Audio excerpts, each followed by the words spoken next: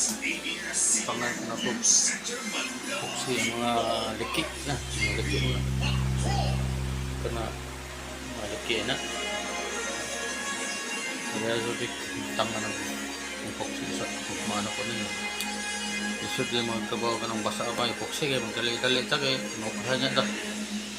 Pilit ng ganing board. Ng PCS.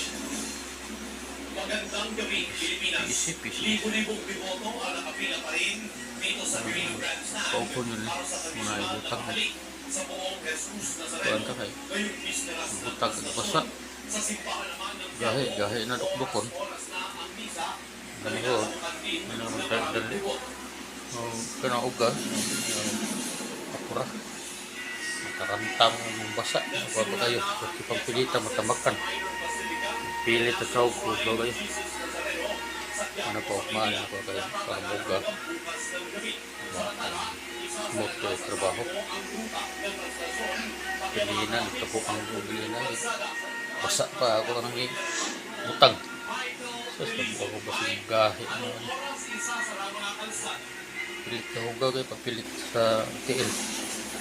Pilit na kalat. Tamak na ito. Pilit ko. Hugaw yung trabaho.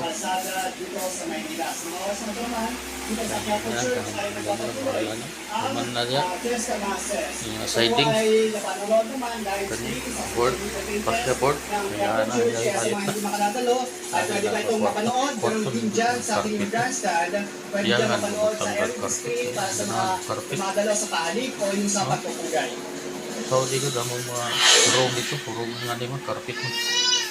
Lunes pa narito sa Maynila si Mary Jane na galing San Carlos, Pangasinan. Sa kanyang grandstand na siya natutulog, nagtitiis sa init, ulan, buto, pati lamig sa gabi. Nakadalo lang sa lahat ng aktibidad mula Quiapo hanggang Luneta para sa isang kahilingan sa poon. Anak ko na, gusto ko magbakasyon muna siya doon. Gusto niyo umuwi po yung anak niyo sa San Carlos? Opo. Dahil nasa po ba siya? Nakulay na ipatong nila ang tamang carpet. Patong na siguro.